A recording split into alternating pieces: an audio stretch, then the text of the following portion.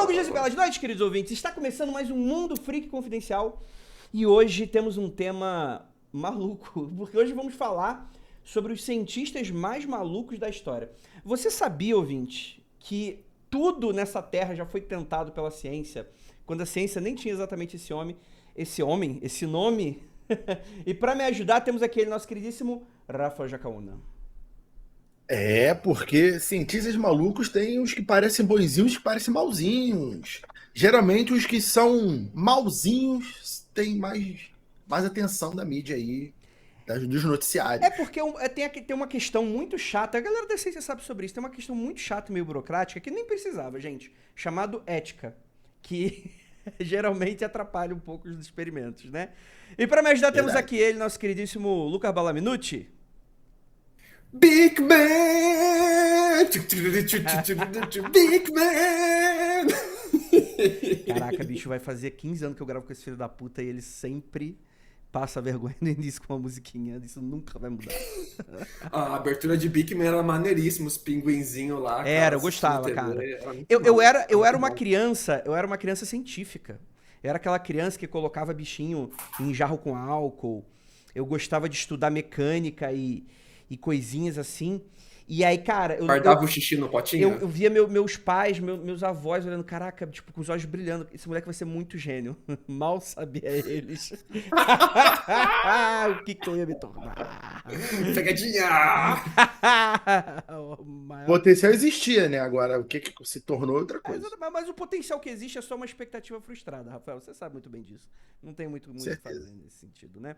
Ó, gente, hoje o nosso tema vai ser a gente discutir entidades, né? Pessoas que fizeram experimentos dos mais diversos tipos, que com certeza você olharia e cairia no estereótipo da ficção do cientista maluco. Victor Frankenstein. Assim, a gente. E não se engane, pessoal. Tivemos muitos Victors Frankensteins através da história. O grande problema é Porra! que a criatura não estava viva no final. Mas a gente teve bastante tentativa nesse entremeio. Certo? Aliás, deixa eu dar um avisinho aqui pro nosso queridíssimo ouvinte, né? Esse aqui é um podcast de férias, né? Podcast especial. Semana que vem, se esse for o podcast de dezembro, não vai ter. Não vai ter, porque estamos no final de ano. Estaremos no Havaí, com nossas sungas e calcinha. Eu estarei de calcinha, minha calcinha amarela, pra bastante riqueza, assim, na virada do ano. Então, semana que vem a gente não vai ter episódio, mas logo depois, na próxima semana de janeiro, aí a gente chega para mais um episódiozinho especial. Vamos então adentrar aqui na pauta. Galera, existe todo um imaginário de ciência, né? Que é aquela weird science, né? Weird science. Ciência maluca, né? Porque a ciência, no geral, ela é muito interessante, porque ela mexe muito com essa questão do fascínio. O que ela, a gente tem iPhones, a gente tem energia nuclear, são tantas coisas super interessantes. Eu dei 2 exemplos aqui que, né, tipo, um ajuda a gente a se comunicar, o outro destrói tudo, né? Ou, enfim, acaba sendo uma energia aí que possa ser utilizada. Então, assim, a ciência, ela fascina muita gente com as possibilidades do que a gente pode fazer. Só que existem essas pessoas que elas não são guiadas pelo fator limite. E todo mundo precisa de um limite, né, gente? Às vezes, o limite que a gente põe é a natureza, certo, Lucas? Você lia Mundo Estranho, André? Adorava. Sempre que eu ia no dentista também, eu sempre lia a mesma Mundo Estranho, inclusive. 10 anos lendo a mesma revista.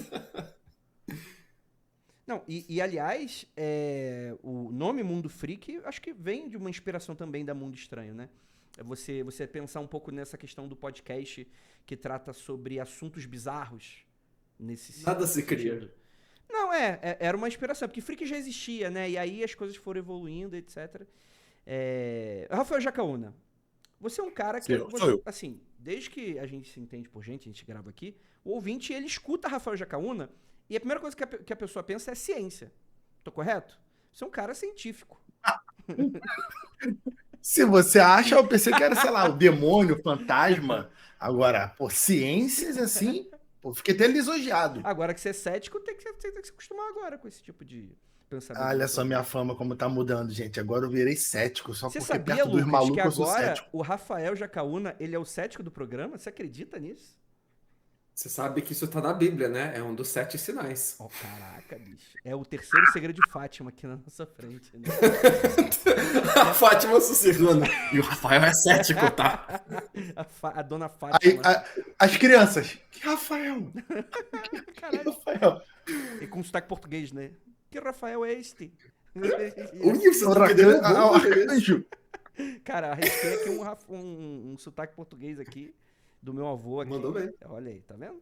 Né? Mas o imaginário, eu acho que eu cito bem no início, quando a gente pega o Victor Frankenstein, que é uma obra que, assim, por mais que a pessoa nunca tenha lido ou assistido nenhuma obra de Frankenstein, lembrando que o monstro é o monstro de Frankenstein, né? O nome do monstro não é Frankenstein, o Frankenstein é o nome, é o sobrenome do cientista, né? Do pesquisador, da pessoa, né? E ele tem a ideia, né, de você pegar pedaços de cadáveres, montar num ser humano. Ele brinca com a ideia de navio de Teseu humano e dar vida, né? Entendendo que o livro, né, ele vem numa época em que a eletricidade era o que pra gente hoje é a física quântica, por exemplo. Né? Era essa coisa do... Já foi energia nuclear. Como já foi energia nuclear, etc, né? Porque tava muito um pouco dessa discussão de, poxa, a eletricidade movia corpos. Você tinha, inclusive, a gente vai falar de um carinha aqui, né? Tesla, né? Vamos falar daqui a pouco. Mas dentro desse período de descobertas, né? Quando você entendia que o teu corpo é movido por energia até elétrica, você, ao colocar uma carga de energia num cadáver, ele começa a se mexer. O que não é vida. É apenas um espasmo, né? Um estímulo que está sendo criado artificialmente, mas que... Calma. Luigi Galvani vai duvidar de você. Ele não concorda. Ele acha que é a energia que vem do Vitae, da força vital ali do corpo, André. Na verdade, tem uma historinha muito engraçada, né? Do Galvani, que ele, sem querer, ele descobriu a bateria. Vocês conhecem essa história? Não conheço. Oba, agora tô curioso. Lucas... O Luigi Galvani, ele é um pesquisador, ele era médico e anatomista, e ele pesquisava corpos, e ele é um dos pioneiros... Oi. Deixa eu só te fazer uma pergunta. É dele que vem o termo galvanização? É ele que vem galvanização. Hoje a gente vai falar de galvanização e de voronovização também, que é um termo que só eu conheço, mas tudo bem. Pois é.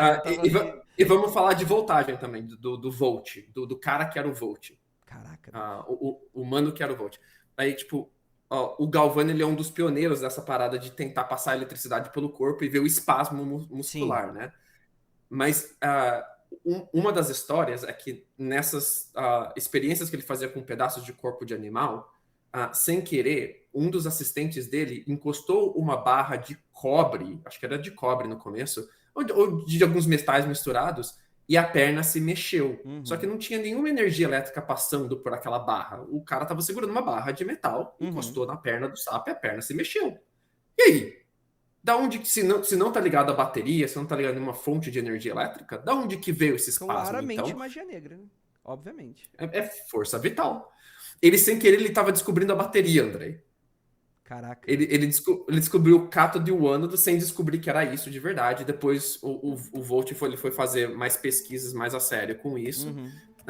E acabou descobrindo o funcionamento mesmo da bateria. Mas a primeira bateria, assim, entre aspas, que a gente fez foi com uma barra de ferro e a perna de um sapo, cara. A ideia da bateria... Eu tô falando Volt, mas era Alessandro Volta o nome dele. O Volt foi batizado em nome do Volta. Do pesquisador.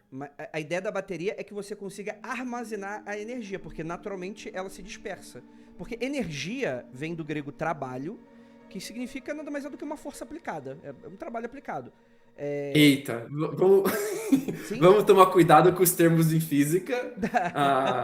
Você transforma energia quando você realiza trabalho. Perfeito. Então, isso. Para você causar qualquer tipo de mudança de movimento ou momento, você tem que transformar a energia de um tipo em outra, e isso é a realização de um trabalho. Mas o interessante aqui era passar eletricidade em corpos. Essa que era a parada maneira. Porque se eu encostei um pedaço de ferro inanimado em um bicho morto e o bicho saiu dando pirueta, eu tô perto de descobrir como que faz para as pessoas se reencarnarem, reanimar um corpo morto. Né? Então, vamos passar a eletricidade cada vez mais forte na cabeça, no cu, no pau, no peito, na peitiola, em tudo quanto é Tem que parte ser do no corpo. pau, pô, do nada. Intensidade, será que noite de chuva dá diferença? Será que a lua cheia dá diferença? De tudo quanto é jeito e tipo e tamanho, para ver como é que faz para fazer o corpo se mexer. Qual é o tempo mais longo que eu consigo fazer o corpo se mexer? Eu consigo controlar esse corpo tal qual uma marionete? E provavelmente eu poderia dar vida, porque eu acredito que seja uma... Se a gente crer que isso é uma forma de energia vital, porque assim, a gente tá falando aqui meio que da ideia do nascimento da ciência moderna, como a gente conhece hoje, que são esses experimentos e essa ideia geral de que, não é uma questão de, sei lá, não é Deus. Quer dizer, algumas pessoas podem... Calma aí. Jacão, mas você abriu o microfone aí? Como é que é? Caraca. O microfone tava aberto, já tava aberto, mas o vizinho que abriu o portão da casa dele. Você tá gravando do quintal do vizinho, é isso? Porra! Caralho. Cara, o vizinho precisa de urgente passar um WD no portão, pô. Fala sério, vocês ouviram, pô. Caralho, bicho. WD-40 nem é tão caro assim, mano. Vamos que vamos, galera. Perfeito. Mas enfim, a ideia geral é que você tem... O mundo estava sendo descoberto. Você tem aí a aurora científica descobrindo todas as questões biológicas, químicas e físicas. Eu imagino que a galera devia ficar muito doida falando, mano, eu quero pegar essa ideia, conceito, e tentar experimentar no máximo de coisa possível. Até em coisas que talvez não sejam tão legais, como por exemplo, talvez, não sei se alguém pegava a liberação aí do cadáver aí que era colocado. Mas o Volta, ele foi pegar esses experimentos do Galvani com as pernas de sapo, né? Que ele entendeu que a energia não vinha de dentro do sapo. Isso era muito controverso, tá? Metade dos cientistas, pesquisadores, cientista é uma palavra que ainda não era muito forte na época, né? Mas os pesquisadores, os médicos e tal, se dividiram entre os que acreditavam em força vital e os que não acreditavam em força vital, com um viés religioso muito forte, que existe espírito, força vital vem de Deus, todo tipo de teor filosófico que é teológico no final das contas, né? Era tudo misturado na época. Mas o Volta, ele é um dos primeiros a levantar a mão e falar assim, viu, galera, eu tô encostando 2 pedaços de metal e tá dando o mesmo resultado. Então não é a força vital da perna do sapo. Eu consigo fazer com que pedaços de papel, pedaços de fio, também tenham esse mesmo efeito da perna do sapo, só encostando barras de metal. Só que ele também não entendeu a bateria direito, né? A bateria, ela vem de uma reação química, em você transferir a energia em um processo químico e armazenar ela dentro de um composto químico. Ele achava que vinha do metal, que o metal era tipo uma forma especial de material que ele sozinho ele guardava a eletricidade. E a gente sabe que o metal conduz muito bem. Tudo conduz a eletricidade, tá, gente? Sim. Algumas coisas só precisam derreter em lava para conseguir conduzir a eletricidade. Mas no caso do metal, você consegue fazer com que ele conduza a eletricidade sem pulverizar ele, ou derreter ele antes. Mas de forma muito bem. E ele não tinha entendido isso ainda, né? Então, cada um vai descobrindo uma coisa diferente, né? Só que cada um com o seu viés da época, né? Perfeito. A gente... Vamos aproveitar que estamos falando sobre eletricidade, vamos falar de Nikola Tesla. Temos um episódio especial do Mundo Freak sobre Nikola Tesla, procure saber, coloca aí na busca, que inclusive eu acho ele muito legal porque Nikola Tesla é um daqueles grandes gênios que ele vai terminar mal. Vai terminar pobre, vai terminar doente, e que ele tinha ideias muito interessantes com conceitos de eletricidade, ideias essas que a gente utiliza até hoje, mas meio que ele perde a competição com o Thomas Edison, que é aquela ideia da corrente alternada versus a corrente contínua. Acho que era isso. Ao contrário, ele ganha a briga com o Thomas. Vamos explicar direito, então. O Thomas Edison ele queria vender a corrente contínua, que é realmente muito perigosa, e o Tesla queria vender a corrente alternada. E o Thomas Edison invertia a história e dizia que a corrente do Tesla que era a perigosa. E sim. com isso ele fazia shows em praça pública, eletrocutando vaca. Ele foi inventor, entre aspas, da cadeira elétrica, né? Porque ele queria mostrar com a cadeira elétrica que a eletricidade do Tesla era uma eletricidade do mal, Sim. e podia ser usada para coisas Eu lembro, perigosas e tal. Eita, rapaz, quase que não sai. Ele eletrocutava Tu lembra que tava lá, né? elefante em público, como uma espécie de show pra galera, pra assustar a galera, falando... Eu acho que era cadáver de elefante.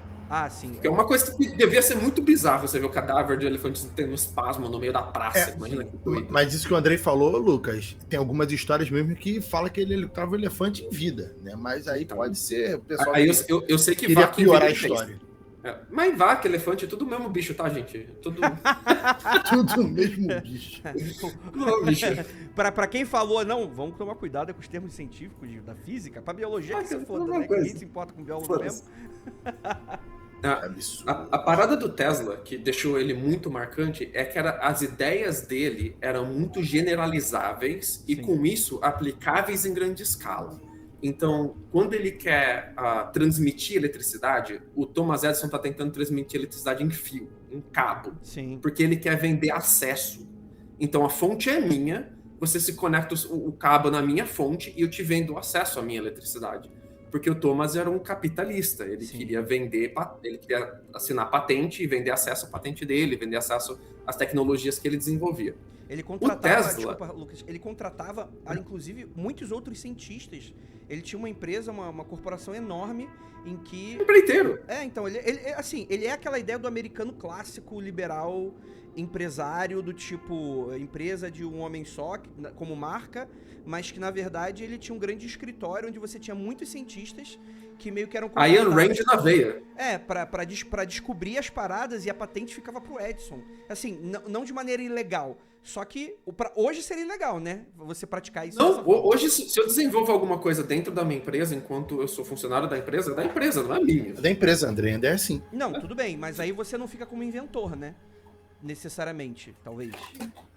Não, você dentro da empresa, pode ser acreditado. Da empresa. Eu vou contar pra vocês depois a história do cara que inventou o LED azul. E vai ficar muito claro como é triste as coisas hoje. Mas a parada do Edison sempre foi desenvolver a tecnologia. Ele ficava com os créditos de inventor porque era a forma dele marketizar isso, né? Ele marketava as coisas em cima do próprio nome, era Thomas Edison Company. Até hoje, a ComEd é uma das maiores empresas de eletricidade dos Estados Unidos, é de Thomas Edison. ComEd? E o Tesla, ele não se importava tanto com isso. Ele se importava em ganhar fundos para as pesquisas dele, mas ele se importava com desenvolvimento humano e social. Então, quando ele desenvolve a bobina Tesla, que é aquela máquina gigante que solta raios e parece uma coisa de outro mundo, a ideia dele não é criar uma máquina de apocalipse. Apesar do efeito visual de carta de Magic maneiríssimo que isso tem, a ideia dele é transmitir... maneiríssimo esse truque agora. Podcast em vídeo é outra coisa. Tecnologia. De 2008. A ideia dele é transmitir a eletricidade pelo ar, para que seja acessível. E porque aí você não consegue vender acesso à fonte, porque qualquer pessoa pega a sua eletricidade pelo ar. Vira uma espécie de Wi-Fi sem senha, né? Gente, é uma tecnologia de 150 anos a transmitir eletricidade pelo ar. É que é muito pouco eficiente fazer isso, tá? O gasto de eficiência é muito grande fazer isso. Porque a energia, ela se dissipa. Se dissipa é foda. Ela se dissipa de acordo com uma esfera, de forma esférica, para todos os ângulos esféricos, né? E pelo cabo você consegue direcionar isso de forma fazer essa transmissão de forma muito mais eficiente. Mas a ideia dele era que todo mundo tivesse acesso à eletricidade. A eletricidade ia ser a forma com que a humanidade ia alcançar o futuro. Para o Thomas Edison, a eletricidade era a forma com que ele ia ficar rico. Mas aí você pensa, o cara quer transmitir eletricidade para o mundo inteiro. Que coisa megalomaníaca, né? Coisa grandiosa. Tanto o visual é muito maluco da bobina Tesla, é muito da hora, muito impressionante. como a ideia em si, né? É uma ideia muito de gênio maluca isso. Todo mundo é eletricidade. Então, Não à toa, depois de lá pra cá, o que mais se tem até hoje é a arma da morte do Tesla. É não sei o que do Tesla. Não, o Tesla criou a máquina do tempo. Tem aí várias coisas. Vamos com calma. Porque puxa o nome do Tesla. Do jeito que a gente está introduzindo aqui, parece que o Tesla era maluco por dar energia de graça, quando na verdade só deveria ser o bom senso. A ideia geral de você ter alguma coisa um pouco mais comunitária, né? Que você não precise, enfim, tá agora final de 2025, eu puto com a Enel porque metade da Vila Mariana tá sem energia elétrica e cada vez mais a conta de luz cada vez mais cara. Mas acho que a ideia geral é que existe uma mística em volta do Nikola Tesla, porque ele não é só conhecido por causa dessa questão de uma corrente que é transmitida de uma maneira diferente. Ele era alguém que adorava fazer experimentações diversas com eletricidade. Então ele ganhava essa fama do cientista maluco que ele tentava um monte de coisa. Então, por exemplo, essa história do Rafael do raio da morte do Tesla é uma teoria da conspiração nunca comprovada de que Tesla teria ou construído, ou no mínimo tido a ideia e depois foi aplicada por outras pessoas, pelo governo americano, porque depois todos os experimentos e tecnologias e etc. foram roubados pela galera do governo, né? Como ele não gerou descendentes, né? Depois que ele morre... Roubados não. Foram, como é que é? Se apossado, se apoderado. Sim, exato. Não tinha dono, o pessoal chegou lá e passou o rodo. Exatamente. Quando ele morre, né, a galera vai lá no quarto dele, onde ele morava, e rapou tudo que tinha lá, todos os experimentos, papéis, anotações, etc. E tem essa história, de que algumas pessoas acreditam, de que ele teria confeccionado pelo menos a ideia, ou talvez até a própria máquina, desse raio da morte, que seria uma espécie de máquina que, através de eletricidade, conseguisse disparar uma espécie de raio ao redor do mundo e fazer um grande, né? E aí, por exemplo, o pessoal liga muito aquele fenômeno que aconteceu em Tunguska, que hoje já se sabe que é um meteoro que caiu lá, que foi devastador para a região, destruiu vários hectares assim de árvores, e que algumas pessoas inclusive atribuem que na verdade não foi um meteoro, foi um experimento dessa arma que teria sido inventada por Nikola Tesla, por exemplo. Então ele tem essa mística do cara que ele era alguém muito pra frente, um cara muito... Porque enquanto Thomas Edison tinha lá os Minions dele pra fazer as paradas pra ele, o Tesla era esse cara... Aqui praticamente eu tô vendo aqui um Santos Dumont versus Irmãos Wright. Um pouco dessa história toda. O Tesla ele não tinha medo de ir lá e tentar também, né? Por exemplo, ele faz uma demonstração de controle remoto usando submarino em um tanque de água. Bicho, um mini submarino em um tanque de água, naquela época, já era uma parada muito impressionante. Aí, ele controlando por controle remoto, é muito doido. As pessoas não estavam esperando uma marionete que você controla pelo ar. Sim. E ele estava fazendo transmissão de comandos pelo ar com o controle remoto dele. E, cara, isso era muito doido pra época. Sim. Então, tipo, ele não tinha nenhum medo de fazer, cara, olha aqui o que eu inventei, vamos usar? Uma das ideias que deu essa fama de maluco para ele era a ideia de transmitir eletricidade por vibração pelo chão. Sim. Se o terremoto se transmite pelo chão, por que eu não vou transmitir uma eletricidade também? Ele queria que qualquer pessoa, em qualquer lugar do mundo, enfiasse um cabo de ferro no chão e acendesse uma luz. Já que pelo ar não vai dar certo, porque é muito pouco eficiente, a minha bobina gasta muita energia, vamos pelo chão, então. Vamos eletrificar a porra do chão inteiro.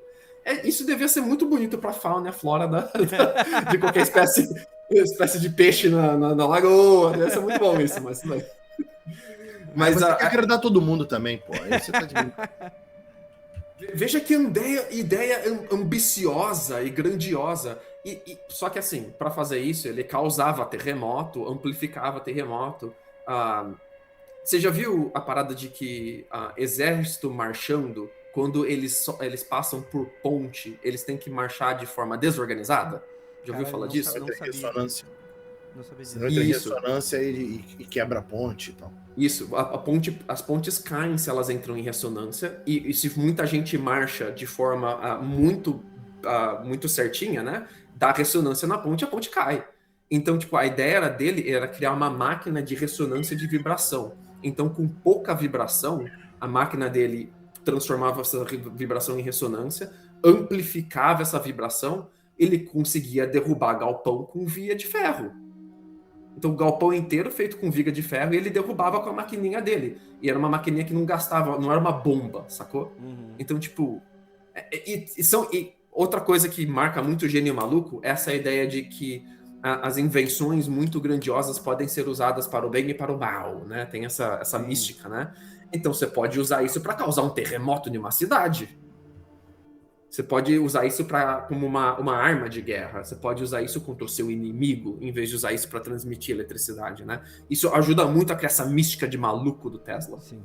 Uma coisa sem limite. Tem um pouco disso, que é alguém que realmente, além de expandir o limite da questão do gênio, tem essa coisa de ser umas ideias que são muito pouco... não aproveitáveis, mas é de realmente você testar todos os limites daquilo que aquilo é possível. Isso é muito interessante. E a eletricidade, ela é uma tecnologia muito fácil, muito acessível, muito maleável, muito flexível, extremamente aplicável a tudo quanto é coisa. Então, é uma coisa, é muito divertido você ser um inventor com eletricidade, porque você vai inventando um monte de coisa que não existia na época, né? Um monte de aplicação. Cara, sabia que dá para construir rádio sem bateria? Com uma placa de madeira, você coloca os componentes do rádio e você bate na placa com o seu dedo. E o seu dedo batendo na placa, gera energia sísmica que alimenta o rádio e você pega a corrente AM e FM ali no rádio de madeira, sem bateria. A bateria você batendo agora aí, Lucas, não fode. Metendo caô, tá dando de maluco. Verdade. A União Soviética, por muito tempo, ela insistia em colocar nas casas das pessoas um rádio que chamava de rádios cristais, ou rádios sem bateria. Ele não tem um cristal de verdade dentro dele, tá? O cristal é o nome do tipo de circuito lá dentro. Mas são rádios sem bateria que funcionam, a energia que alimenta o rádio é a própria frequência FM e AM que alimenta o rádio, sem bateria nenhuma, tá? Porque, para você ver, isso é um exemplo de como é acessível esse tipo de tecnologia que estava sendo inventada ali na época, né? Perfeito, perfeito. Falando sobre soviéticos, tivemos aí uma galera, né? A gente pode citar algumas pessoas. A pauta que o Rafael fez citou alguém que eu fiquei muito fascinado por aí dos 2011, que é esse tal de Sergei Brukhonenko, que ele foi um médico, cientista biomédico, tecnólogo soviético durante a era stalinista da União Soviética, e a pesquisa dele foi vital para o desenvolvimento de procedimentos de cirurgia cardíaca aberta na Rússia. Ele foi um dos líderes, inclusive, do Instituto de Pesquisa da Cirurgia Experimental. E a ideia é que ele ficou muito conhecido por tentar...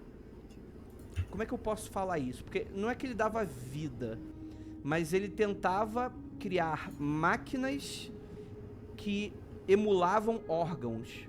Então tem um experimento dele que ficou muito conhecido, que foi o experimento da cabeça decepada de cachorro, que ele, em teoria não, na prática mantinha cabeças de cachorro viva através da máquina.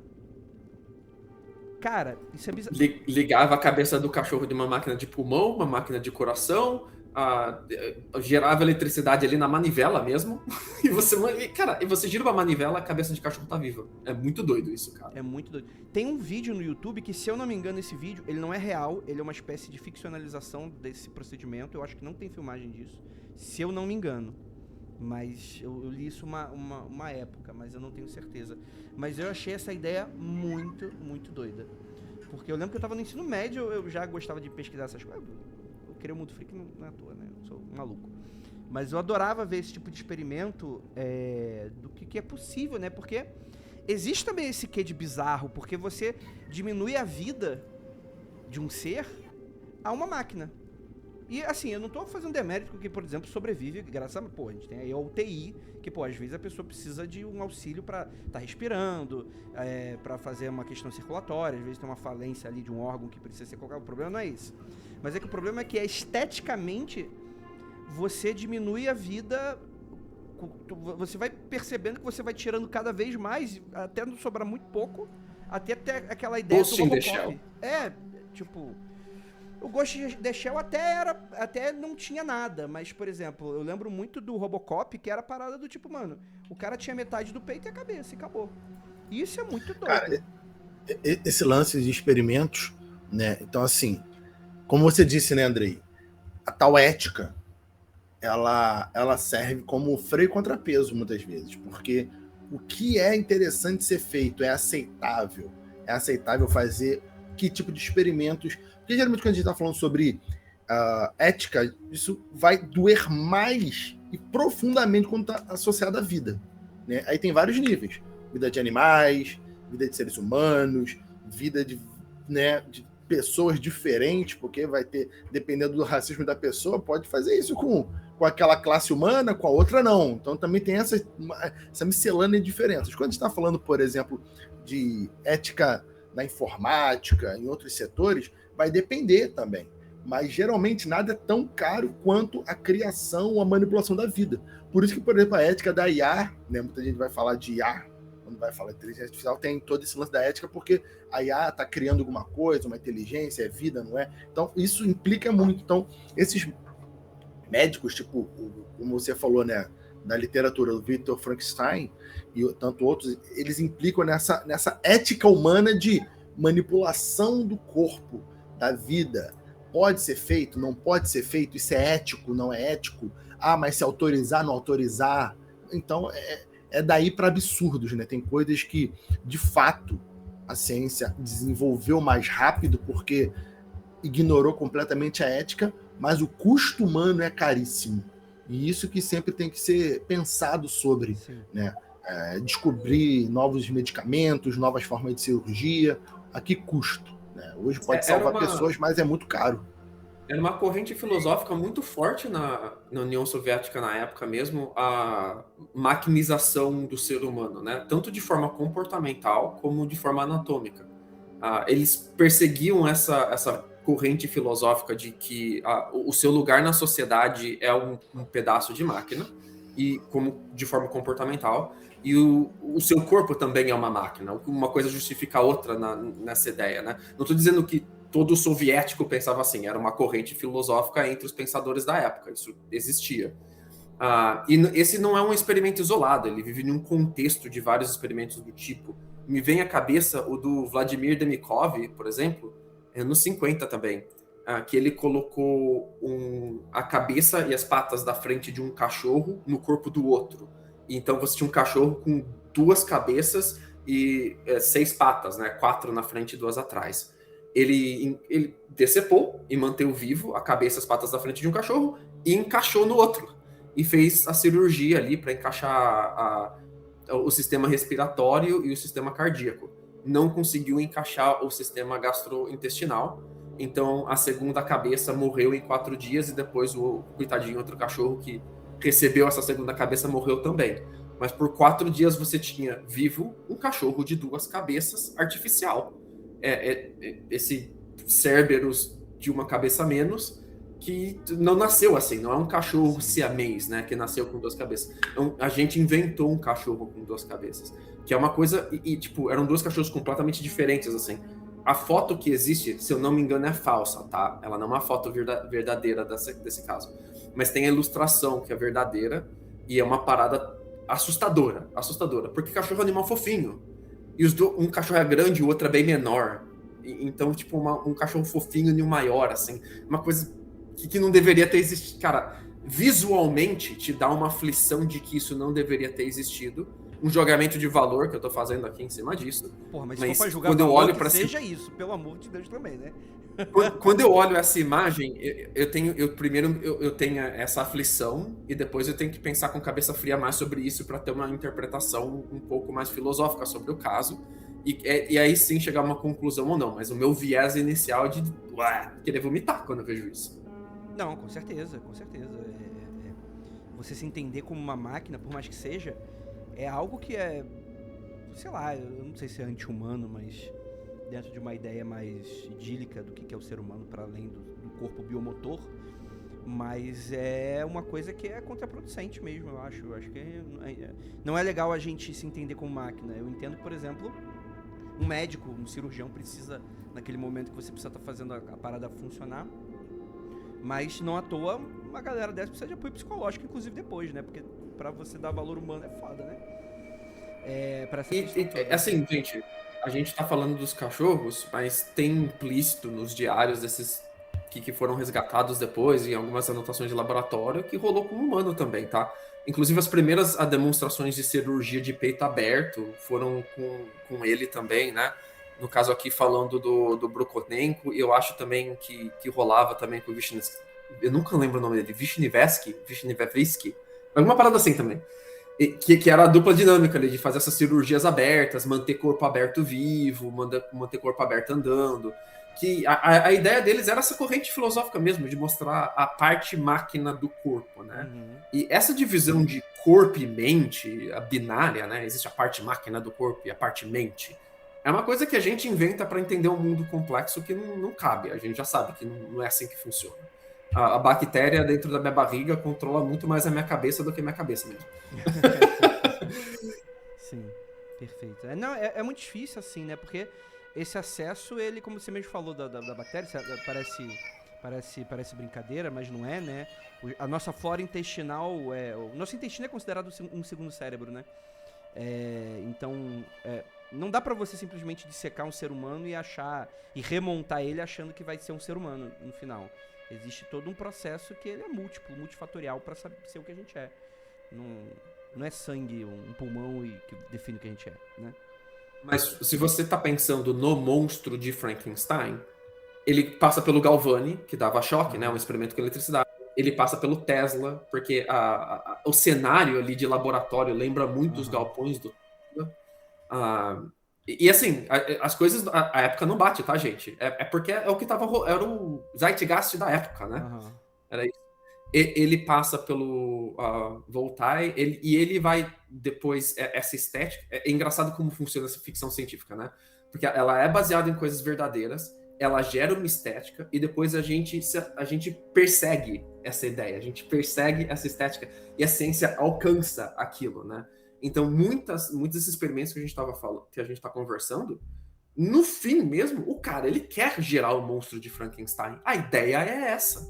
Sim. O objetivo é esse, o objetivo final é esse. É criar vida. É? Ser Deus. Brincar de Deus. O Deus ex machina, né? O monstro e a máquina, o Deus e a invenção dele. Qual é o meu propósito, Deus? O seu propósito é passar manteiga. Você passa manteiga. Até aí tudo bem, né? Os deuses criaram os Anunnaki. Os deuses não queriam trabalhar, eles criaram os Anunnaki. Aí os Anunnaki não queriam trabalhar, eles criaram os seres humanos. É isso, no final de contas, é essa porra aí. Ninguém quer trabalhar. E o ser humano vai criar AI. Porque o ser humano não quer trabalhar. Quem quer, né, Rafael? Aí não tem como discutir, não. A história de uma civilização inteira é ninguém quer virar uma laje. É isso. Exatamente. Quem quer, né? Aproveitando que estamos na Rússia, estamos na União Soviética, temos aqui, né, estamos bem soviéticos hoje. Temos aqui o nosso Ilya Ivanovich Ivanov, que inclusive não está na pauta, mas que... Eu tirei, porque tem muito soviético. Ah, é? Entendi. Eu quis deixar mais plural, senão o pessoal fala assim, nossa, está implicando com os soviéticos, Jacaúna. Além de cético, virou capitalista? Aí eu falei assim, vou botar um só. Vai se fuder também, né, caralho? Foda. Que a União Soviética caia, que já caiu, e meu pau cresça. Vambora. Ilya Ivanov, vamos lá. Cara, a gente já citou muito passando o Mundo Freak, não lembro se a gente tem... Eu acho que a gente não tem um episódio só sobre ele, mas eu lembro da gente já ter citado. Ele era um veterinário cientista especializado em inseminação artificial e hibridificação interespecífica de animais. É isso mesmo que você escutou. Ele ficou muito conhecido na União Soviética por tentar colocar em prática a ideia que ele tinha de criar uma espécie de super-humano, que é hibridizar o homem com o macaco. Quem nunca, né, gente? Então, a ideia geral é como se você... A lógica é como se fosse uma raça de cachorro. Eu sei que não é assim que funciona, tá, gente? Mas na cabeça desses experimentos era como se fosse. Você pegar um chimpanzé, um ser humano, se você conseguir unir as duas coisas, você consegue fazer aí talvez um super-humano. Ou seja, um humano com a força de um símio. Porque pra quem não sabe, né, macacos, no geral, gorilas, chimpanzés, orangotangos, eles têm muito mais força que o ser humano. Por mais que compartilhemos mais ou menos da mesma altura, das mesmas dimensões, mais ou menos, é óbvio, mas eles têm muito mais força. Então a ideia era criar uma espécie de exército. E o Ivanovich, é verdade. Ilya Ivanovich Ivanov, ele tentou, lá, a gente tá falando aqui início do século XX, tá? Bem ali, já início da União Soviética, etc e tal, ele já tinha experiências de hibridização na África, e aí ele tenta fazer algumas pesquisas. A primeira tentativa dele é que ele tenta inseminar com 2 espécimes humanos, espermas humanos, chimpanzés, e não dá certo, né? Não gera nada. Mais pra frente, alguns anos depois, ele volta para a União Soviética com uma ideia, falou, pô, já que dessa forma não deu certo, vamos fazer ao contrário. E se a gente pegasse um macaco e pegasse o esperma e colocasse em espécimes humanas, mulheres? Foram escolhidas umas 5 garotas e por mais que ele tivesse planejado, não rolou. Não conseguiu. Porque rolou um problema de timing. O orangotango que ele ia usar, que era o único que estava apto. Com a agenda completa, né? Tava livre de agenda ali, né? Que coisa horrível, Jesus amado. Que pauta. Por que a gente foi ter essa ideia dessa pauta? Puta que pariu. Eu falei pra não falar desse. Você que falou que eu não botei ele na pauta. O único sexualmente maduro era o orangotango. Só que ele acabou morrendo, ele acaba descobrindo depois que ele morreu. E não deu tempo do chimpanzé chegar. Eu tô falando sério, tá, gente? O iFood demorou. E aí, acabou que por timing ele acabou não seguindo o projeto. Com a queda da União Soviética, ele vai ser preso e vai trabalhar forçadamente aí numa organização aí de veterinária até seus últimos dias, né? Mas ele era um cara muito... Era trabalho pra ele de veterinário depois disso. Parabéns, galera. Sim. E cara... Afinal, por que não? Eu tenho um outro amigo russo bem parecido com esse, que é o Dr. Voronov. Mas o Dr. Voronov, ele, apesar de ele ser russo, isso é de 1860, tá? Entre 1860 e 1920, mais ou menos, ele passou um bom tempo na França e na Inglaterra. E ele ficou famoso por uma ideia muito parecida. A fonte da ideia é a mesma, tentar pegar a vitalidade símia do macaco, do gorila, essa energia, essa força, esse pausa, brincadeira, e transferir isso pro ser humano. E a ideia era justamente transferir a energia sexual deles. Não só a energia vital, mas a energia sexual também. A bombinha do velho aí não sobe mais, então eu tenho a solução aqui com o Dr. Voronov. E o que ele fazia? Ele pegava partes do saco escrotal dos animais, no caso chimpanzé e outros tipos de macaco, e ele extraía parte da bola do saco do bicho, tirava uma fatiazinha fininha, e ele fazia um salaminho, e ele fazia uma cirurgia que ele colocava isso, a maioria das vezes, na parte de fora do seu saco. Então ele tirava a pele do seu saco e colocava a parte da bola do animal ali, ou às vezes ele enfiava dentro do seu saco mesmo, que deveria dar uma infecção muito legal ali na época, né? E a ideia que ele tinha era que essa energia vital dos símios ia passar para o ser humano através das bolas, que era a nossa fonte de energia vital, de acordo com ele, e com isso você ia principalmente rejuvenescer. A parada dele era anti-aging, era você rejuvenescer ou envelhecer de forma muito mais devagar, ou recobrar aquela energia de quando você tem 20 anos, 18 anos, sabe? Aquela força, aquela energia, aquele vigor, aquela potência sexual de quando você era muito jovem. Eu não sei do que você está falando, não, porque eu tô assim mesmo, assim, exatamente assim. E ele ficou muito famoso entre a elite francesa e a elite inglesa. Inclusive, o time de Newcastle, entre a Primeira e a Segunda Guerra Mundial, ele tinha um técnico que era o gerente técnico do time. Esqueci o nome do maluco, cara. Mas que ele só contratava os jogadores para jogar no Newcastle. Newcastle é time de Premier League, tá, galera? Time de futebol mesmo. Ele só contratava a galera para jogar no Newcastle se você concordasse em fazer esse tipo de cirurgia. Então os jogadores de Newcastle todos tinham bola de macaco no saco deles. Eu tô fazendo piada, eu tô só contentado que tivesse bola de macaco. Eu tô fazendo piada e era sério, Lucas, não é possível. E às vezes ele vendia pó pra você cheirar pó de saco de macaco. Ele tentava... Tinha versão feminina também, de você Aí- injetar líquido de vagina de macaca. Aí eu fico impressionado que a galera tem a coragem de falar que os europeus são civilizados, pô. A sociedade civilizada, o pessoal avançado, o pessoal inteligente. Puta que pariu, maluco. E assim, na moral.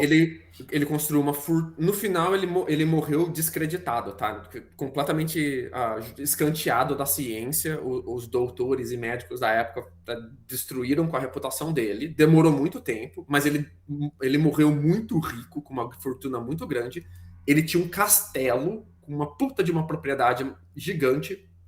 Ele foge dos nazistas para os Estados Unidos, fica um tempo nos Estados Unidos, depois ele volta, e o castelo dele foi bombardeado e destruído. E se ele não tivesse morrido, ele ia ter reconstruído o castelo dele para... Partes do castelo dele eram realmente dungeons, assim, laboratórios bem estilo começo do século XX, para ele fazer essas cirurgias malucas que ele fazia. E a grande inspiração dele foi um tempo onde ele foi para o Egito, e ele conheceu um monastério de eunucos no Egito. E ele percebeu que os eunucos, eles eram mais flácidos, não tinham força muscular, ficavam carecas, o pelo caía.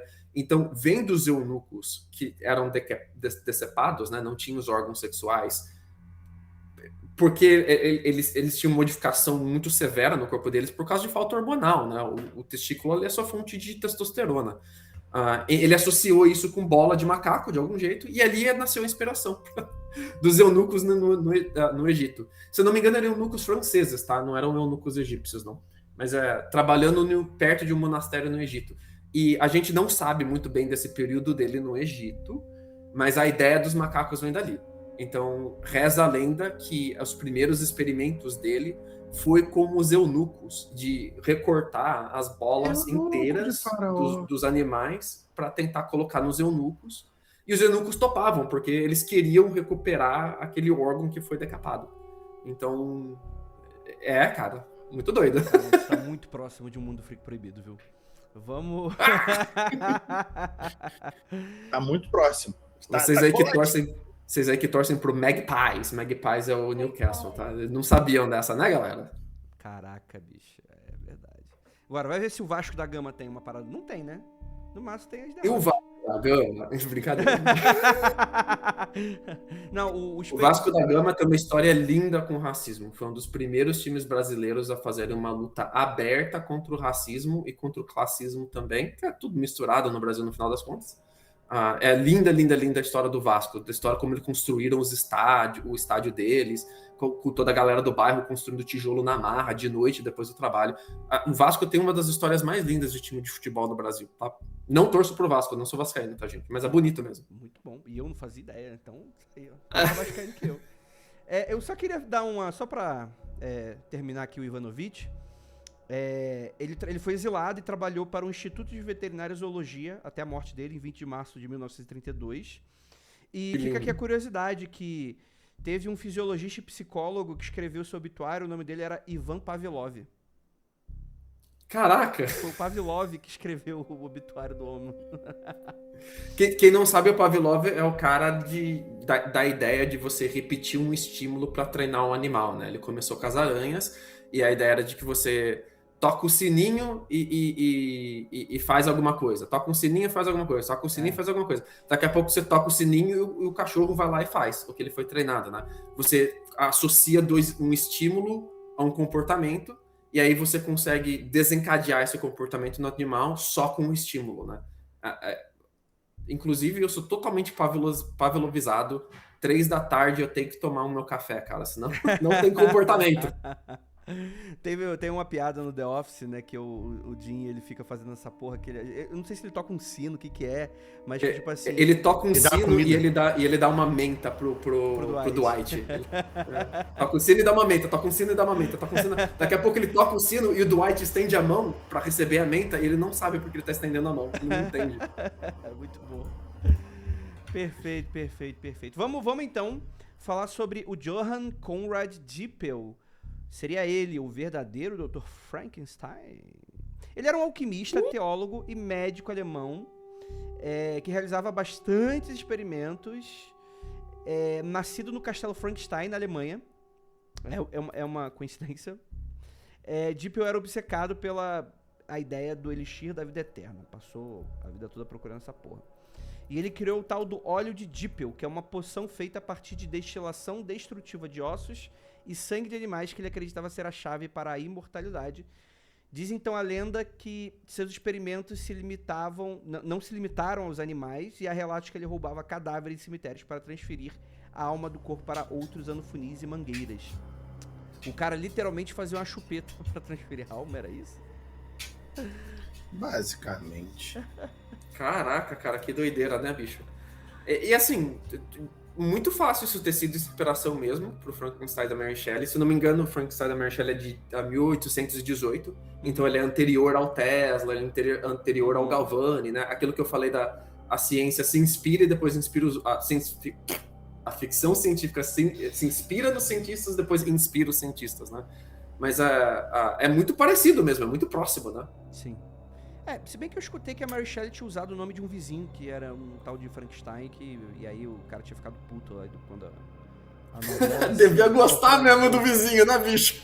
É tipo o Braulio, quando te estreou aquela propaganda aqui no Brasil, né? Tipo, acabou o nome Braulio. Todos os Braulios aí ficaram muito chateados aí. Vamos falar então, aproveitando que estamos aqui na Europa, falamos já de Alemanha, Joseph Mengele, o Anjo da Morte. Esse é um dos mais conhecidos aqui da lista, que ele era um alemão nazista, que era o médico do campo de concentração de Auschwitz. E a ideia geral é que ele fazia todo tipo de experimento enquanto eles cometiam ali o genocídio com o povo judeu, cigano, enfim, diversas outras áreas aí.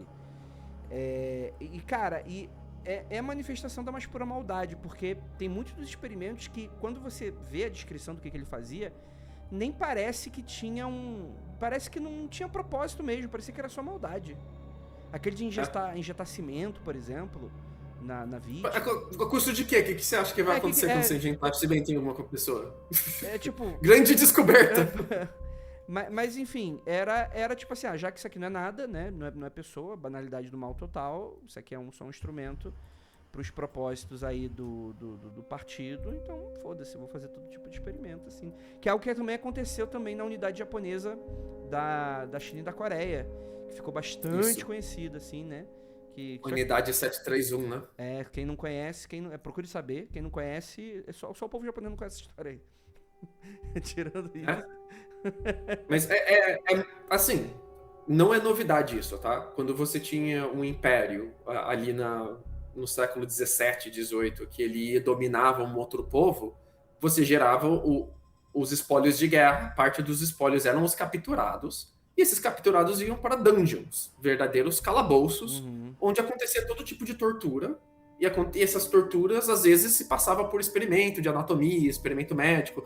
Vamos dar todo tipo de coisa para essa pessoa que está com gripe.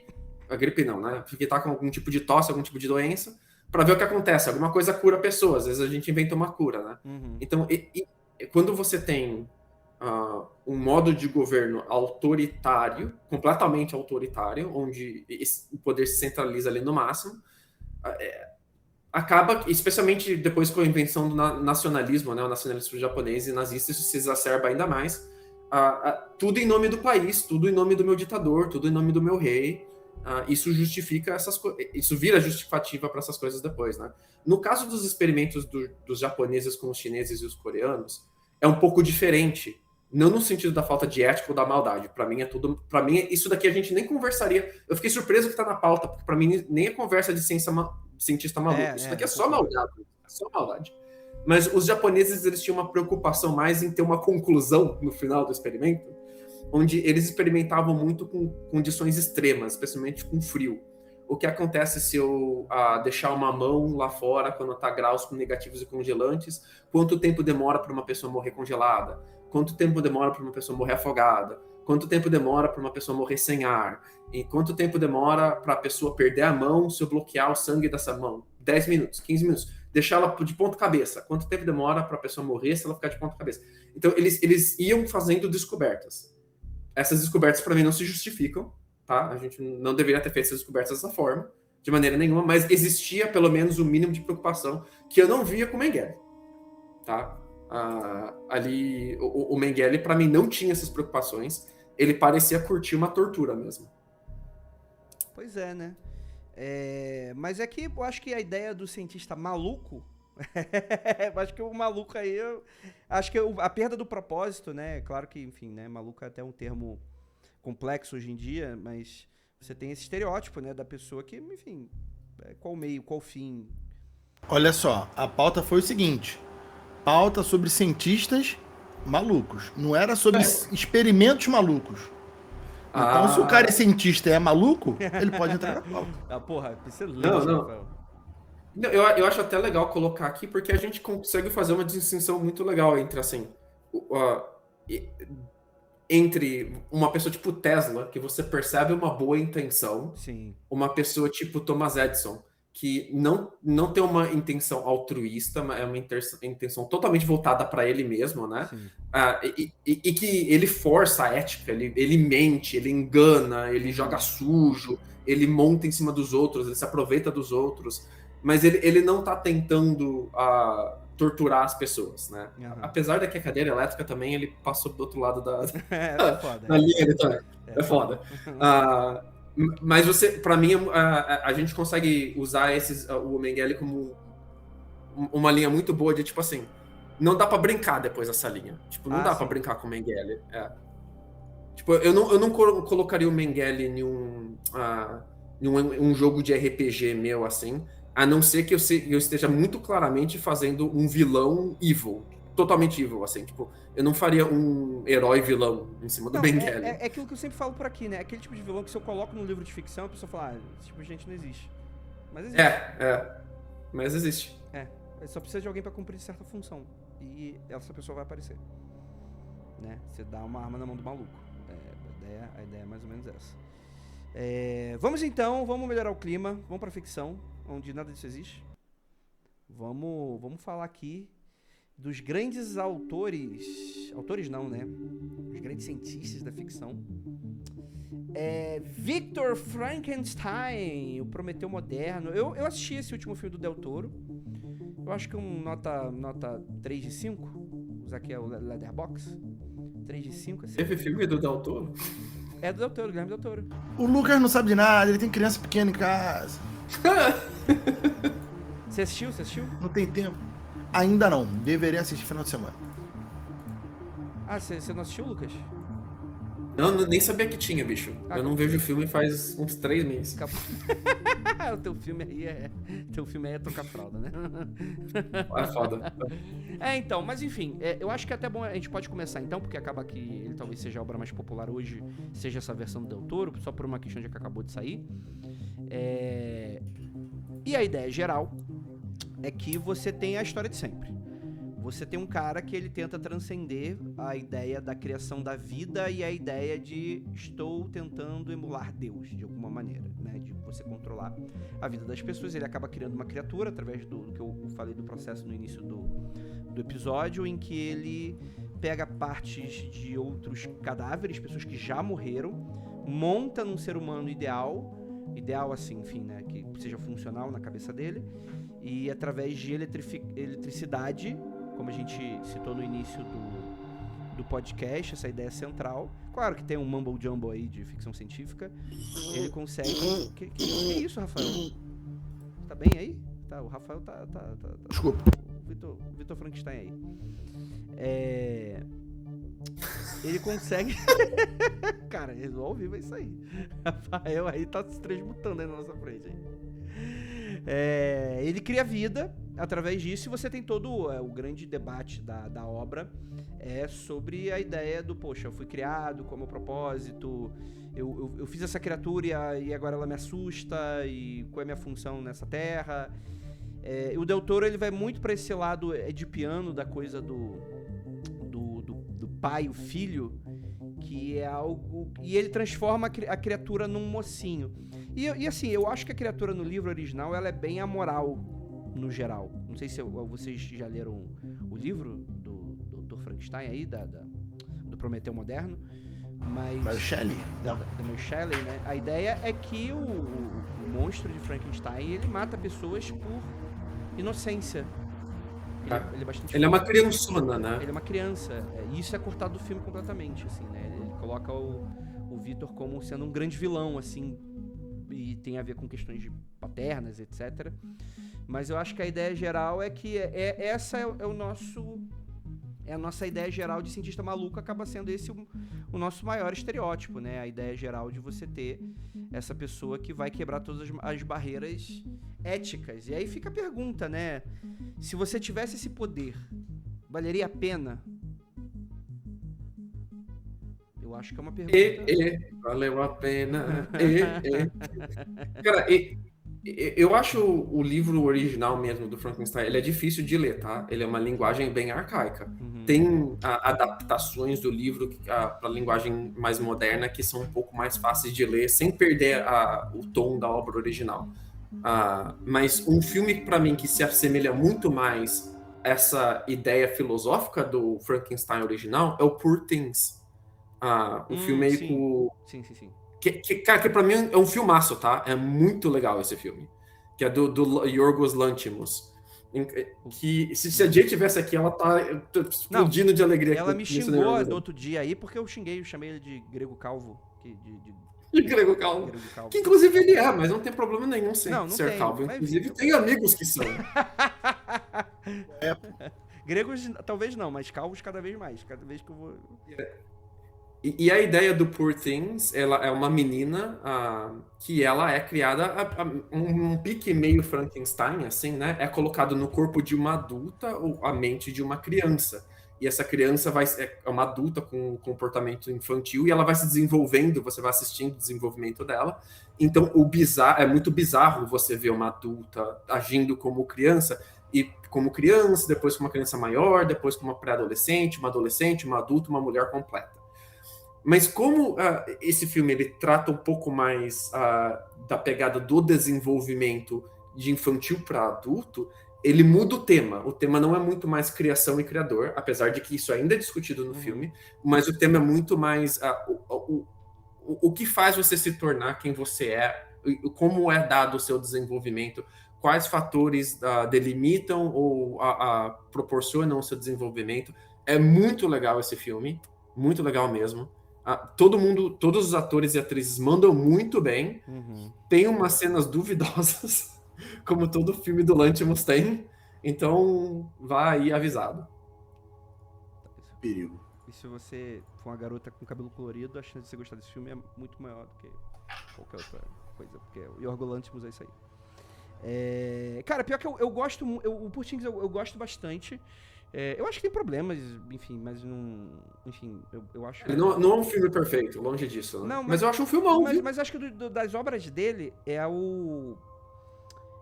eu acho que é o filme que é mais tragável, assim, pro grande público.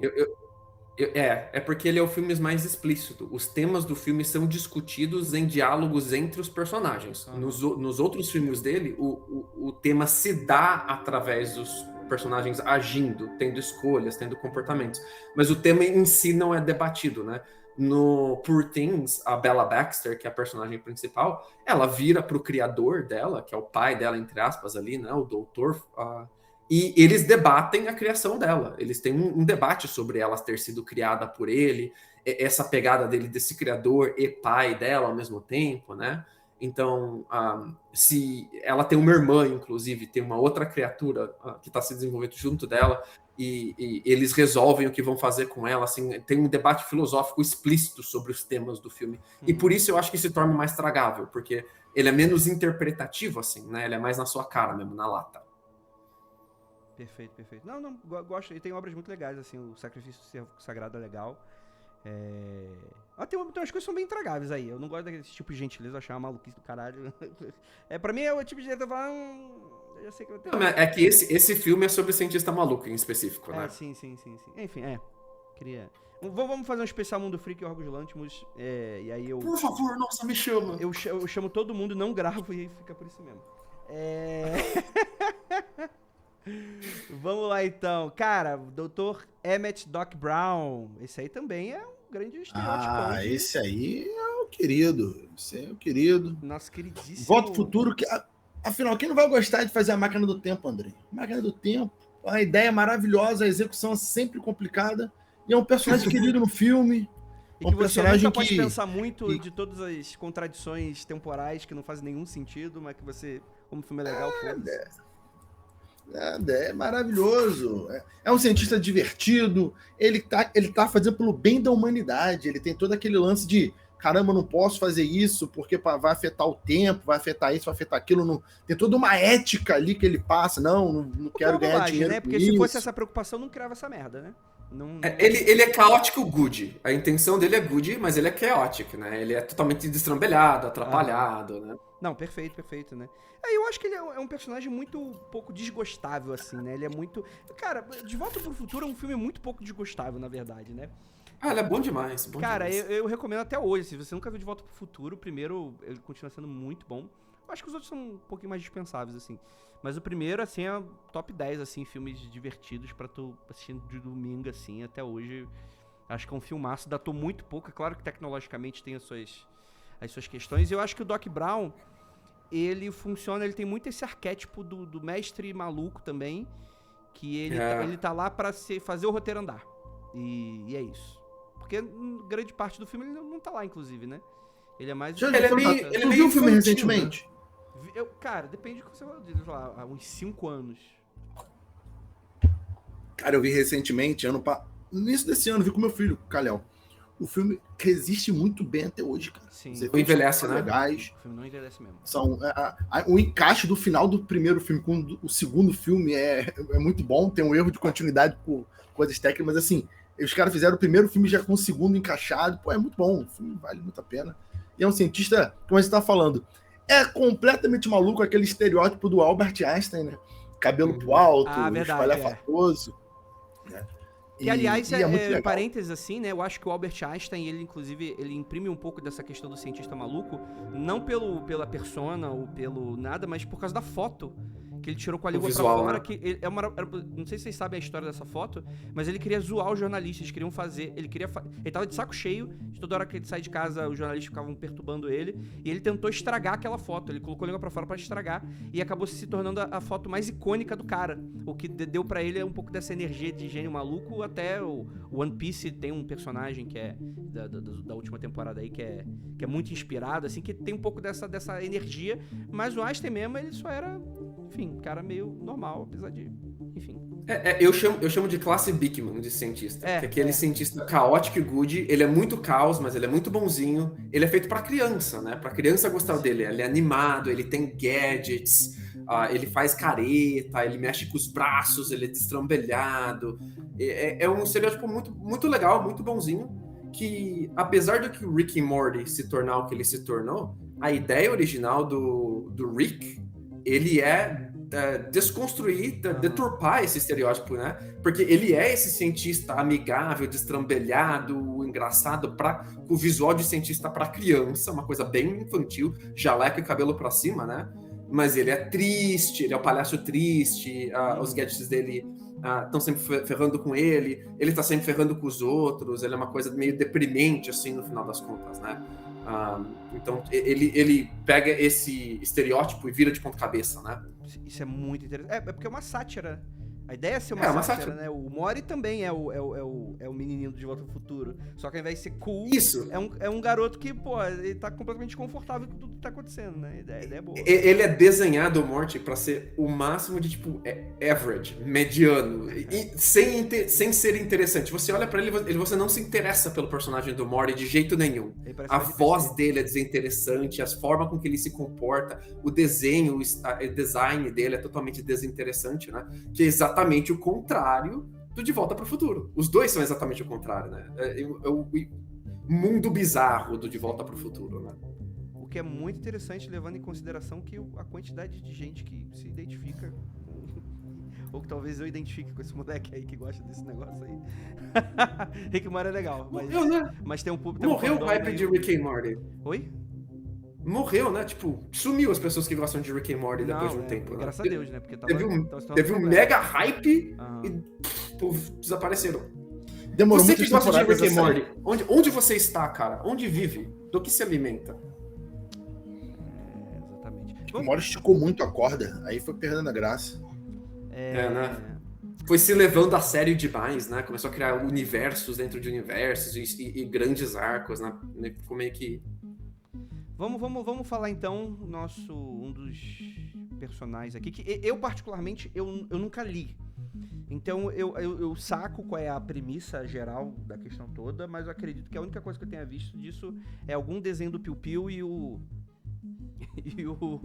e aquele lá do Alan Moore lá, ai meu Deus, Liga Extraordinária, que é o Dr. Jack e Mr. Hyde, que é a ideia do médico que cria essa solução mágica, né, que o transforma num monstro. A ideia é você debater um pouco dessa questão de, né, enquanto cientista ele é respeitável na sociedade, ele é alguém que é todo bonzinho, todo mocinho, então ele brinca um pouco com essa natureza de boa e má. Então ele acredita que pode se livrar desses impulsos mais sombrios com essa poção, só que o resultado é que ele acaba criando um alter ego monstruoso e violento chamado Edward Hyde, né? Edward Hyde. E, cara... Que é a inspiração pro Hulk, né, cara? Sim, o Hulk é isso.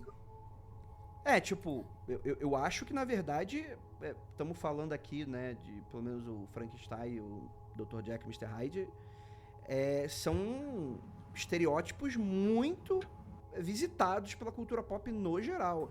Essa coisa de você ter alguém com um monstro interior que quando coloca pra fora é aquilo que a pessoa tá segurando, né? Um pouco disso. Assim, se você é um ator começando agora e você quer brincar um pouco com visitar esses gêneros e estereótipos, a primeira coisa que você faz é pegar um arquétipo e virar ele de ponta cabeça. Então, o arquétipo do cientista, ele geralmente é uma pessoa que ele trabalha com o intelecto, não com a força física. É uma pessoa que pensa antes de agir, racional, não emocional. Como é que eu vou virar esse estereótipo de ponta cabeça?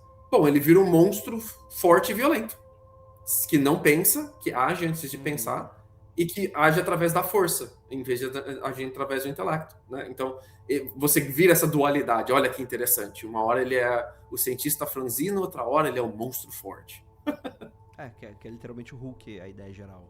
Que é a inspiração. Que inclusive a Marvel Comics, no início, ela era... Na verdade, ela não podia tratar de temas de super-heróis, ela tratava sobre temas de terror, na verdade, né? Então, você tinha né, essa coisa do médico monstro, era uma coisa mais sombria. O Homem de Ferro, aquele cara cientista preso num corpo mecânico, porque ele tinha a questão do coração lá, que não podia tirar o coração mecânico dele. Você tinha, até mesmo quando você vai pro Thor, né? Você é um deus, né? Não um super-herói. Então ele não tem superpoder, né? O Hulk, na verdade, ele não é um superpoder. Ele é, entre aspas, uma maldição, né? Ele é um problema. Sim. Bem reforçado naquela série de TV da década de 80, com aquela música. Ele quer se livrar do Hulk, né? A saga do Dr. Banner é se livrar do Hulk. E que hoje em dia isso desapareceu, né? Hoje em dia ele é o super-herói Hulk. É isso. Mas antigamente, né? Ele não era isso. A parada dele era justamente não ser o Hulk. Controlar. Como que eu faço pra controlar minha ira pra sempre e que o meu monstro nunca mais vai aparecer, né? Rapaz. Se alguém descobrir aí, avisa aí. Manda senha. É muito interessante, muito interessante. E tem o melhor episódio de todos do Piu Piu, que é o episódio do Piu Piu Monstro. Que ele faz um mashup, né? É um castelo de Frankenstein. E aí o Piu Piu tomando a poção e virando o Piu Piu Monstro. Era muito bom esse episódio. O Pink, o cérebro é muito isso, né? O cérebro, ele é um cientista maluco. O plano dele, o objetivo dele é dominar o mundo, mas normalmente através de engenhoca, grandes invenções, né? Ele é um cientista, o cérebro. Né? E o Pink é o Pink, né, cara? Eu gosto legal muito do cérebro. Atualmente, se você procurar sobre Pink e cérebro no TikTok da vida, o que tu mais vai encontrar são teorias sobre o que na verdade, o Pink Cérebro está contando. Eu adoro essa vibe de adulto fazendo releitura de desenho. Aí não fala que, na verdade, o inteligente é o Pink. O cérebro que atrapalha o Pink o tempo todo. Aí tem uma outra leitura que é mais tenebrosa, que fala que o Pink, na verdade, morreu e o cérebro tenta ressuscitar o Pink. Então, assim, tem várias releituras do tipo que são curiosas, mas Cara. assim, caralho, chega, adulto. Não, Para. isso é muita viagem. Cara, nenhuma dessas teorias são reais, tirando a do Scooby-Doo. Essa é real. Qual que é a teoria do Tem Scooby-Doo? ideia do que você tá falando. Não sabe? É que o Salsicha ele tá tão emaconhado que só ele escuta o Scooby. Ah, tá, isso eu sei. Mas essa é a premissa, por isso que ele tá com fome o tempo todo. Então, só que ninguém pega isso assim. Só que é um negócio que você, depois de adulto, você saca. Porque, assim, ele tá falando da primeira temporada. Nas mais recentes, todo mundo escuta o Scooby-Doo, né? Ele vira essa coisa. É. Mas nas primeiras, é só o Salsicha que escuta o Scooby. De resto, É, nunca só o escutou. Salsicha. E ele tá. A piada dele tá sempre com fome, dele tá com a barba não feita. Você já percebeu que ele tá com uma calça caqui de chinelo, às vezes? Preconceituoso, vou dizer. Então, mas o estereótipo que ele tá representando é o estereótipo do maconheiro. A ideia, a van, você já viu a van? A van a van é dele, do Salsicha. E é uma van hippie, entendeu? Tipo, ele tá brincando com esse estereótipo do maconheiro, tá ouvindo, tá conversando com o cachorro. A galera, tem gente que, assim, não querendo achar que eu sou inteligente, mas essa piada eu entendi, pelo amor de Deus. Assim, agora eu vou falar um negócio polêmico. E tá ao vivo, vou me arriscar. É que assim, ok, muitos estereótipos são feitos de maldade para levantar preconceitos. Mas outros, pessoal, só aceita. Mas assim, aí que não tem muito que lutar. Quando tu fala maconheiro, você já cria na sua mente uma parada. E aí, no final das contas, metade dos maconheiros são daquele jeito. eu tinha um amigo na faculdade que ele caçava morel. Morel é aquele cogumelo que ele parece um cérebro, assim. Joga aí no Google, galera. Morel mushroom. Cogumelo morel. E ele parece um cérebro mesmo, assim. Ele é tudo enrugado. E ele só dá em uma semana específica do ano, pelo menos aqui na região. É dificílimo de achar, mas tem a galera que é Morel Hunter, que eles vão nas trilhas, nos parques, tentar encontrar esses cogumelos Morel, tentar no único momento do ano que eles aparecem. Eles duram mais ou menos umas 2, 3 semanas, assim, né? Então é difícil de achar eles. E esse amigo meu, ele era Morel Hunter, de calça caqui, chinelão de couro. Não importa o quanto frio está, ele tá sempre de camiseta e aquele gorrinho do Chaves. Manja aquele gorrinho do Chaves? O que é uma coisa impressionante. E assim, galera, ele era o Salsicha vivo. Eu olhava pra ele e ficava, caraca, mas não é que existe mesmo? E vendia maconha. Pra além de tudo... Lucas, mas já tinha ficado implícito isso. Que ele, se ele não fumava muito, ele vendia. Ou os dois, né? Obrigado pela explicação detalhada. Perfeito. É isso, gente. Cara, mas... Se eu fosse procurar, o que não é o meu caso, porque eu nunca usei nenhuma droga na minha vida, mas se eu fosse procurar, com certeza eu ia ser o cara que pega uma semana no ano pra ficar caçando cogumelo. Era com esse cara que eu ia procurar. É maneiríssimo, maneiríssimo. E tu faz uma grana, viu? Se tu achar os grandão graúdo, você vende, tem competição disso aqui. Mano, isso é muito cultura. Esse é aquele cogumelo que tem porco que acha? Isso é outra parada. Não. Né? É outra parada. É, o trufa. A trufa, inclusive, vai fazer muito mais dinheiro, mas você tem que estar em outro lugar completamente diferente. Tira grana boa, essa porra, isso é caro pra caralho. Mas não, eu acho que não dá trufa aqui em Illinois. O Morel é uma coisa muito, tipo, roots daquela galera fazendona mesmo, assim. Uma galera mais rural. E, tipo, tem campeonato na cidade de quem acha o maior, você ganha prêmio, sai a sua foto, você vai tem, sei lá, 2 lugares pra você abastecer o seu carro com gasolina na cidade e tá lá a sua foto, campeão Morel do ano. Tá, mas assim, deixa eu fazer uma pergunta, assim, como quem não quer nada. O que tu faz com essa porra? Frita. Você faz na panela, tu come. É gostoso, é um cogumelo e, tipo, tem gosto de cogumelo, mano, não é nada especial. Shiitake, é que é difícil de achar, sacou? É um shiitake raro, shine. É isso, shine shiitake. Inclusive, o professor Carvalho, ele é um cientista que manda a criança achar espécime. A ideia é essa. Fica aí. Que manda a criança achar espécime pra fazer pesquisa. Ele é um pesquisador, ele é professor Carvalho, ele tá de jaleco. Cara, você tá brincando, mas o primeiro filme do Pokémon, você tem um cientista maluco ali. E eu já falei, que é o Burns, né? Isso, e eu já falei isso várias vezes aqui no Mundo Freak. O primeiro filme de Pokémon é um filmaço de ficção científica, filmaço. O Mewtwo debate clonagem e identidade de uma forma que eu não vi vários outros filmes que pagam de intelectualoide, pagam de filme B, pagam de filme cult, que não discutem no nível que o Mewtwo faz o monólogo dele ali não, cara. Vou te falar. Tem outra aí que é maneiro também, que agora tu falou de filme, criançada, Dr. Willy. Tanto Mega Man, quanto o Eggman do Sonic. Isso. O cientista maluco aí pra caramba. Cara, esse é maluco de verdade, porque ele pegava os coelhos fofinhos e colocava dentro de robô. Não faz nem sentido isso. Esse aí... O Eggman era muito doido mesmo, né? O que pilotava as máquinas de combate dele era tudo animal fofinho da floresta, cara. Aí ele cria o Metal Sonic. Sim. Que é isso, mano. Isso aí genial. E assim, e aí qual é o legal que mexe também com aquele estereótipo, dos estereótipos, né? Porque é o estereótipo da industrialização, porque é isso, né? Sonic é os animais da floresta, né? Green Hill Zone, que começa ali, nananã. E aí você tem essa coisa do capitalismo. E os americanos não entenderam a piada que eles que eram a piada e colocaram o nome de Dr. Ivo Robotnik pra colocar também um pouco de pavor soviético nas crianças. Mas se você for mexer mesmo ali no âmago da coisa, você tem esse estereótipo, esse arquétipo, né? Ele existe antes da ciência. O Merlin é o cientista maluco.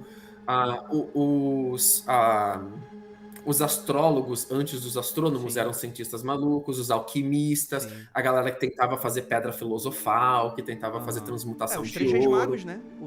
São os três magos. A palavra mago vem dessa coisa do astrólogo, né? Do conhecimento, magistratura, né? A etimologia da palavra, você pega aquela pessoa que tem um... E assim, você entende que sempre existiu esse estereótipo, desde sempre, daquele cara que ele era fora da casinha. Só que, ao mesmo tempo, as sociedades são muito dependentes desse tipo de gente que cria essas paradas, né? Que tem um pouco desse respeito nesse sentido. Eu tava debatendo, tava escutando eu não lembro exatamente onde que eu vi essa referência, mas eu fico imaginando, por exemplo, a astrologia.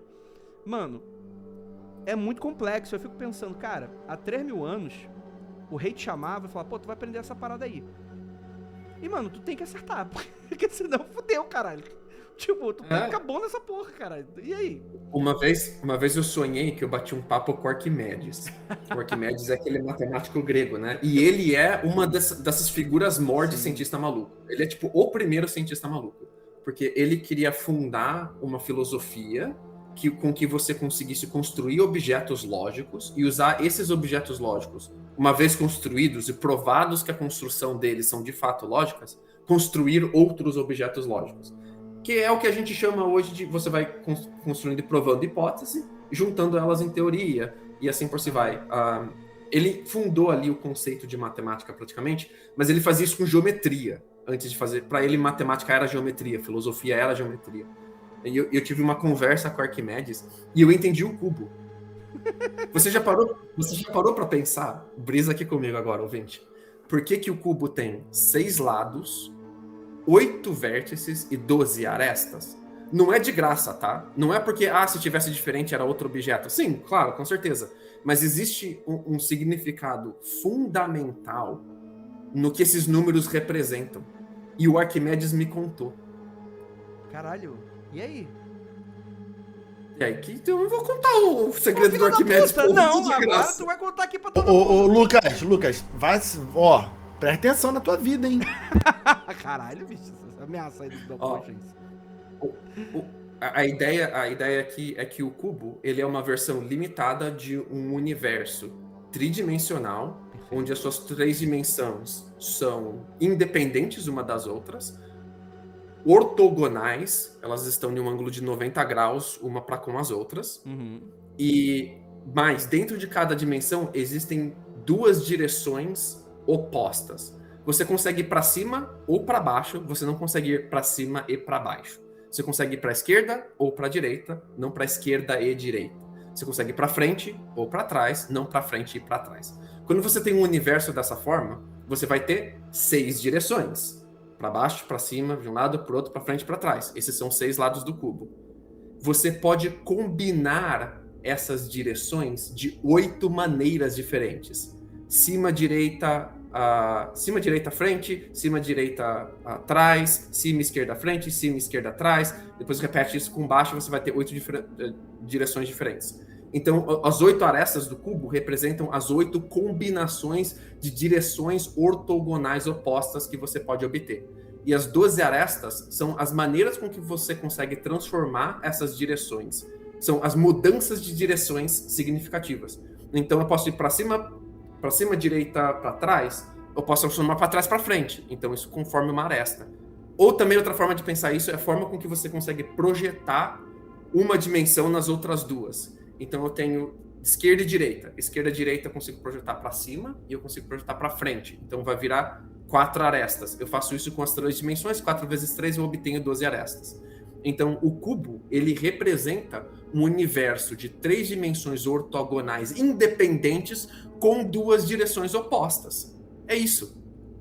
Eu prefiro ter ficado sem saber. Sempre que eu pedi pra ele explicar, eu não entendi. Procurem um artista chamado Saul Lewitz. Adoro ele. Ele tem umas artes maneiríssimas sobre o cubo. E eu tenho certeza que ele sonhou com Arquimedes também. Lucas, fique longe demais desses cogumelos que você consumiu aí, caçando. Dorme 3 horas por noite pra você ver o que acontece. Caralho, tu conversa até com a mente vai longe. E também fique longe de magia, porque tu ia fazer um estrago nesse Mas você vê as descrições físicas de comportamento e as pinturas do Arquimedes, ele é esse cientista maluco originário. É ele. Cara, não, super. Na época era barba maluca, não era cabelo maluco, porque ele era careca, tal qual o Jacaúna. Mas, ó, Jacaúna, se você deixar uma barba grande, branca, maneira, tu fica que nem o Arquimedes, cara. Veja lá o que isso significa. Você fica pirando no cubo. Eu tô imaginando... É que não tinha videogame antigamente, né? O cara tinha muita coisa pra... Eu tô imaginando... A falta que um Switch não fazia na vida da pessoa. Eu tô imaginando o Arquimedes encheu a cara de vinho. Aí eu não sei onde que ele era, enfim, mas ele chegou lá pro rei, pro imperador, sei lá, pra porra do nobre ali, bateu na porta. Cara, tu não tem ideia da ideia que eu tive. E o cara... Tu manja o cubo? O cu de quem? Aí ele explicou essa parada. Aí ele falou, não sei, desenha. Aí foi isso. Aí essa... Mas antigamente você tinha isso, né? O rei, ele tinha o matemático do rei. Sim. Ele tinha o teto do rei. Ele tinha o engenheiro de guerra que faziam as máquinas de guerra do rei, que eram as catapultas, os arietes, né? Os trebuchets. Claro. E essas personas, elas normalmente eram fora da sociedade. Primeiro uma questão de casta social mesmo. Claro. Elas não faziam parte da corte, mas elas tinham o recibo, o aval da corte, né? Então, ela é entre camadas, né? Ela não pertence ao povo e não pertence à corte. Não tinha nem acesso e ela ao conhecimento, né? Então, não tinha é a pessoa que vai te contar um negócio que você não vai entender. Então, para você, ela é um maluco, completamente doida. E vai gerando essa mística em torno dessa pessoa. Quem é essa pessoa que não conversa com ninguém, fica estudando um monte de coisa na casa dele, aparece de vez em quando, mas o rei adora essa pessoa? Tem que ser o cientista maluco. Perfeito. Gente, incrível. Queria agradecer muitíssimo a participação de todos vocês, nossos apoiadores. Essa gravação está sendo exclusiva para apoiadores. O ao vivo está sendo disponibilizado mais tarde como podcast. Queria muito agradecer os nossos queridíssimos apoiadores. Lembrando, Mundo Freak, apoia.se/confidencial. Faça parte dessa causa também. Agradecer ao nosso queridíssimo Rafael Jacaúna. Rafael Jacaúna, última mensagem aí para os nossos Arquimedes aí que estão escutando a gente. Última mensagem dos Arquimedes aí. Olha, eu fui falar no meu trabalho que eu tava passando mal, né, com dor de cabeça. E aí o pessoal falou assim, por quê? Eu falei assim, porque eu tô com o cabelo encravado. Aí todo mundo ficou rindo. Aí eu falei, gente, é sério? Aí o pessoal parou de rir e falou, como assim é sério? Eu falei, então, é verdade. E aí o pessoal ficou chocado e eu acabei fazendo todo mundo descobrir que careca, eu não sou 100% careca, eu tenho cabelo ainda, então eu acabei, o pessoal ficou chateado e pediu desculpas. Mas assim, cuidado, você que é careca, cabelo encravado, dá problema. Isso aí. Aí tu vê que realmente, Rafael, até o mesmo pouco cabelo que sobrou se tornou revoltoso contra você. O que você fez com esses cabelos? Exatamente. Aí? Exatamente. Lucas Belaminuti, você que não quer ser nunca mais encontrado na face da Terra, mensagem final aí pros nossos ouvintes. Leiam A Invenção da Natureza, um livro da Andrea Wolff, sobre o Alexander von Humboldt, o meu cientista favorito, talvez uma das pessoas mais revolucionárias que já existiram na história, muito porque ele tinha o dinheiro para bancar as ideias, as viagens malucas dele, mas é um truta que peitou Napoleão Bonaparte, inspirou Simão Bolívar, era a truta do Bolívar, inclusive, e gerou o Darwin. Ele é o cientista gerou o Darwin. O Darwin, ele foi virar o Darwin porque ele queria ser o Humboldt. Ele queria, era a inspiração maior dele. Caraca. O Humboldt foi a pessoa mais influente da época dele, talvez a mais influente na ciência até hoje, e as pessoas não conhecem ele desse lado do mundo, das Américas, muito porque os Estados Unidos se apropriou das pesquisas de ecologia e geografia que ele fez no México para vencer a Guerra do México. Ele era a truta do presidente americano, porque ele queria convencer os Estados Unidos a não fazer monocultura. Ele é um maluco, cara, do começo do século XIX, que ele é o pai da geologia, o pai da ecologia, o pai do montanhismo, mapeou o rio Amazonas, mapeou os vulcões do Chile, ele fazia tudo, Ele era a ciência, sacou? Na época dele. Não existia... quem que são os pensadores da época? Eu sou a ciência, sacou? E ele era um homossexual admitido e aberto na época em que isso era muito mais tabu do que era hoje em dia, além de tudo que ele sempre foi. Então, leia sobre a vida desse cara, ele é muito, muito legal. Esse livro da Wolff é uma introdução à vida dele. Vá mais a fundo se você curtir, mas se você curte ciência, você tem que estudar esse cara. Agora eu vou dar uma outra referência de cientista muito bom chamado Elon Musk. Não, sacanagem. Nossa. Não, esse é um escroto. Esse aí você tem que... Complicado, hein? Esse aí, bicho, se o teu nome é nome de personagem de jogo da Nintendo, pode ir pra cima aí, vai lá que eu tô te dando apoio. Gente, é isso. Gostaria muito de agradecer a todos vocês que estão aqui. Muito obrigado. E aquilo não olha.